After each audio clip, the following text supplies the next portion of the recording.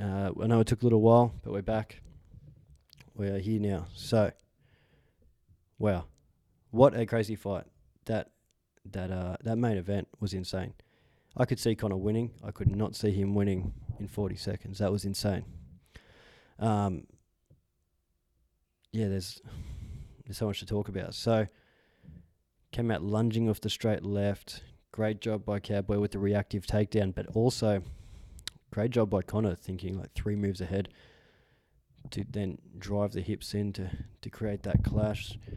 And then from there, those shoulder strikes. I mean, we've seen John Jones do those shoulder strikes. We've never seen them used so effectively. Like that second one that broke the nose, that broke Cowboy's nose. Yeah, I did not predict that. Like the creativity, and to upgrade the game like that.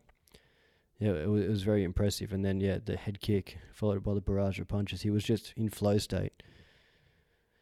I know I hadn't really taken into account, I guess, the how much the damage had affected Cowboy from the last couple of fights, from the Gaethje and the Ferguson fight. I didn't know that affected him as much. So I think what we saw was, I don't know if it's chinny per se, but we definitely saw a fighter who'd been through a lot of wars, who'd taken a lot of damage. So I think it was a combination of Conor looking amazing and also Cowboy probably towards the end of his run. We'll see what he does next, but I think this could be, or maybe the Gaethje fight was the beginning of the end for him. So yeah, we haven't really seen anyone do it to Cowboy. I mean, Gaethje did knock him out in similar fashion, but no one's done it so impressively as Conor McGregor has. So yeah, overall, I think it was a really good performance. Definitely not what I expected, and really got the McGregor train back on track. It seems like all is forgiven when it comes to that guy. It's definitely got, I would say, the majority of his fans back. Definitely piqued my interest for her Habib fight, which I was not interested in that rematch before. So yeah, I'm definitely very interested in that fight. Just in general, I'm very interested in what he will do next.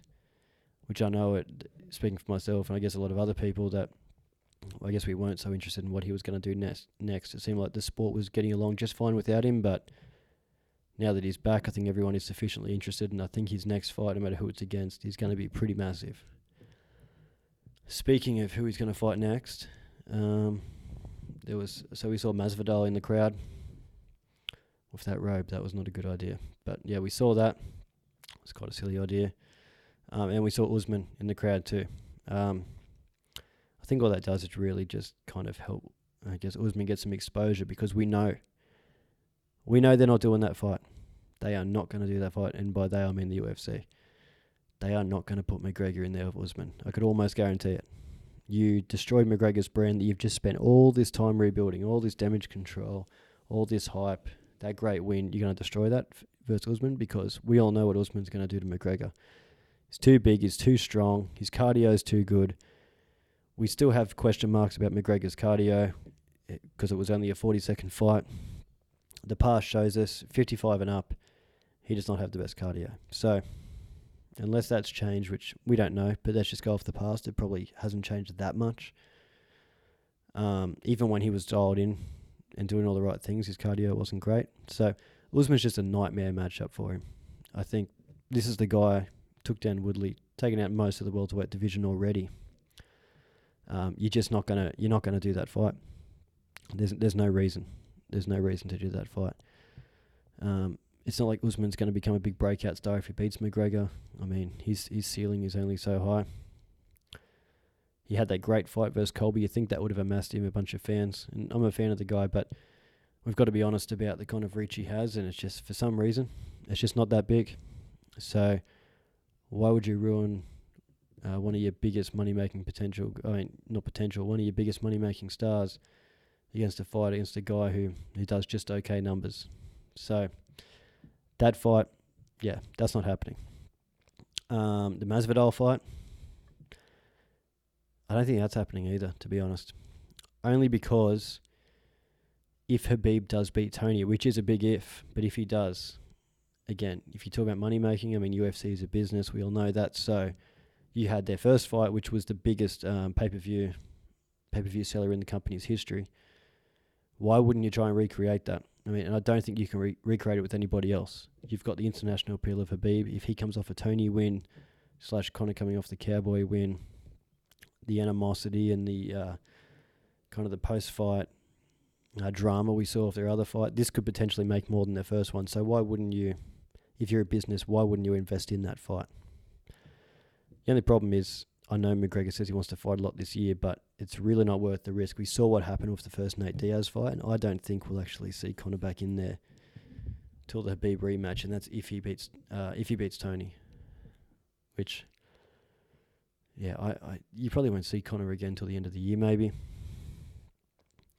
Yeah, again, I know he wants his season, but it's not happening. You're not going to risk it against Masvidal. Masvidal is probably going to fight Usman, I imagine. That's what Dana White's saying, and for once I believe him. I think it's the only way to really sell an Usman fight.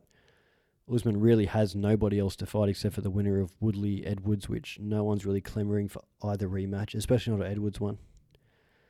There might be a bit of interest with a Woodley one, but you can always kind of have that in the back pocket there. The Masvidal versus Usman's probably the biggest moneymaker in the division.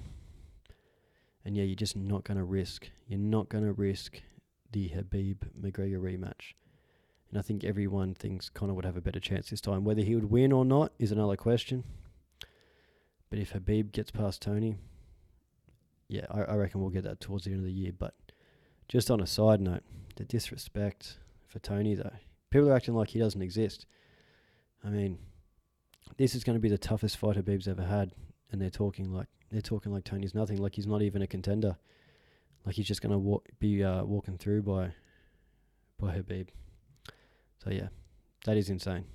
I'm not a huge fan of how they're talking about him like that. But yeah, just to recap, I think we get Habib Conor by the end of the year, Usman Masvidal.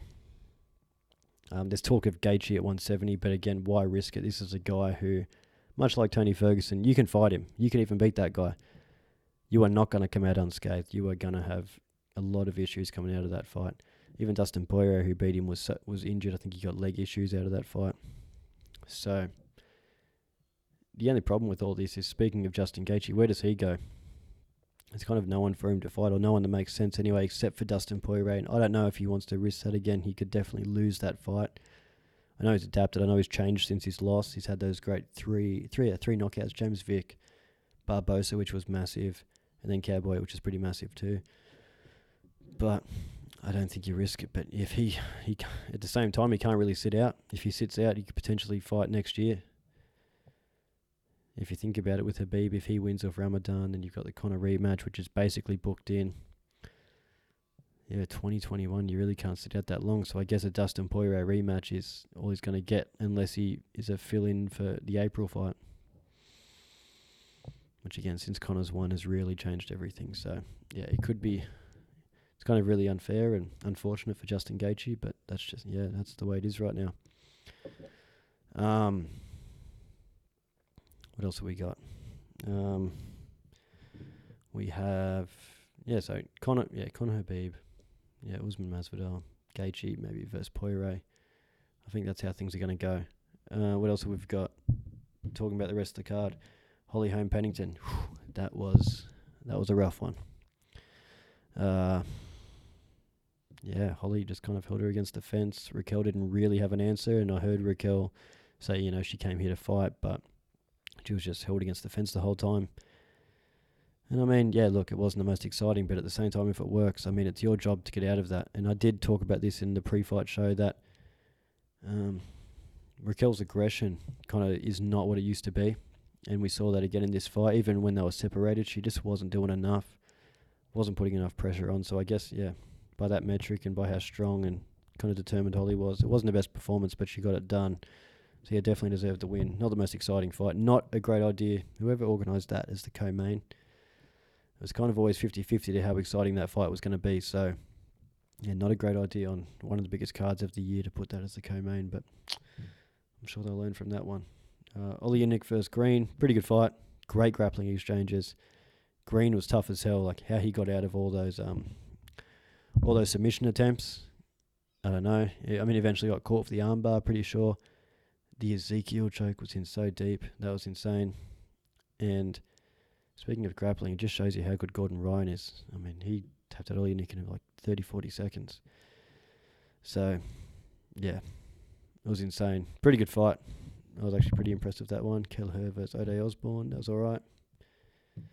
Pettis. What do you do with Pettis now? I think he was number 11 going into this fight.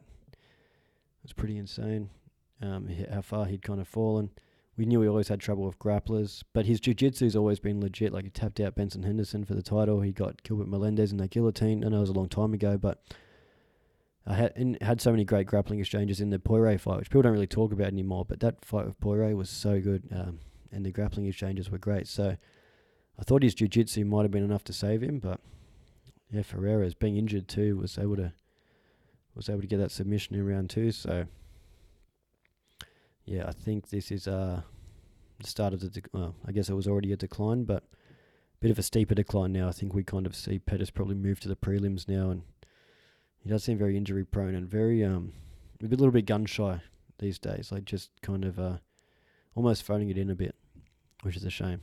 He has great potential. I mean, he knocked out Wonderboy not that long ago, so he does have those flashes of brilliance, but I feel like he's almost too conservative these days, not the aggressive fighter he used to be.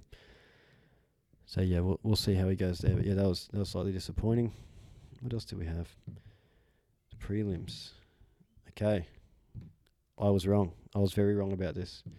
Roxy versus Macy Barber. Not only I was wrong, I think everybody was wrong. I think the betting line was wrong. Yeah. What a shock. So obviously the main talking point was the ACL injury. You got to assume she was bringing it into the fight, but at the same time, I don't know how aware she was of it. In the first round, there wasn't really much sign of it. She was getting out grappled in the first, and she got jabbed in the second, as we saw. She really grabbed for her knee. Macy did. So, yeah, that definitely affected the outcome of the fight for sure. But it's hard to know. Obviously, I assume you don't just get an injury like that. I assume it's built up over time, and maybe she was having knee issues. But the only thing that got me thinking about it was that Ben Askren and Duke Rufus were both asking about the knee. What knee is it? I think which knee is it? Is Ben Askren was asking. So that doesn't seem like they had knowledge of it prior. So I've just got to give Roxy credit for the first round, and then Macy credit for her toughness. We knew she was tough, didn't know she was that tough. But yeah, she got the reversal in round 3, which was really impressive. Never stopped trying to fight. Didn't really give any excuses. So yeah, I think both. It's great to see Roxy win since Ultimate Fighter. It's great to see her her growth in the sport, and how well she's done and how far she's come, and she keeps getting better. Kind of against all odds, like with older age, she's getting better. And Macy, a lot of people didn't like her attitude. I think her stock went up with this loss as well. So no one really lost this one. I don't think it really stops the Macy Barber train all that much, because you can always fall back on. She had an injury, so yeah, what is there really to say? What do we got? Yusuf versus Feely. Really good fight. Feely didn't coast like I think he usually does.